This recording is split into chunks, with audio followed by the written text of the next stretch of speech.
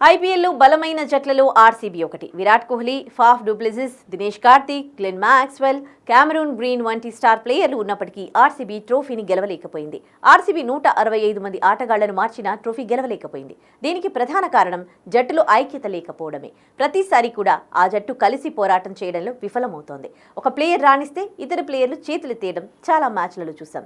అలాగే బ్యాటర్లు రాణించిన సమయంలో బౌలర్లు విఫలమవడం, బౌలింగ్ బాగున్న సమయంలో బ్యాటర్లు చెత్త ప్రదర్శన చేయడం వంటి కారణాలు ఆర్సీబీ టీంను ఛాంపియన్ కావడాన్ని అడ్డుకుంటున్నాయి. ఐపీఎల్ ట్రోఫీ కోసం గట్టి పోటీ ఇచ్చినా ఇప్పటి వరకు అందుకోలేకపోయిన రెండో స్థానంలో ఉన్న టీం ఢిల్లీ క్యాపిటల్స్. ఈ జట్టు తరపున ప్రారంభ సీజన్ నుంచి ఇప్పటి వరకు మొత్తం 159 మంది ఆటగాళ్లను మార్చింది. కానీ ట్రోఫీని మాత్రం గెలుచుకోలేకపోయింది. పంజాబ్ కింగ్స్ ఐపీఎల్ ప్రతి సీజన్లో బలమైన జట్టుగా బరిలోకి దిగుతోంది. కానీ స్టార్ ప్లేయర్లు చాలా మంది ఉన్నా ప్రతి మ్యాచ్లో వీరు రాణించలేకపోవడం పంజాబ్ను దెబ్బతీసింది. ప్రారంభ సీజన్ నుంచి ఐపీఎల్లో పంజాబ్ కింగ్స్ 156 మంది ఆటగాళ్లను ఆడించింది. ఇదే సమయంలో 10 మంది కెప్టెన్లను మార్చింది. కానీ ఛాంపియన్గా నిలిచే ప్రయోజనాన్ని పొందలేకపోయింది. 3-4 మినహా ఇతర ప్లేయర్లు బలంగా ఉండకపోవడంతో పంజాబ్ అనుకున్న ఫలితాన్ని అందుకోలేకపోయింది. అలాగే జట్టును నడిపించే సరైన నాయకుడు పంజాబ్కు లేకపోవడం కూడా ఆ టీం అవకాశాలను దెబ్బతీసింది.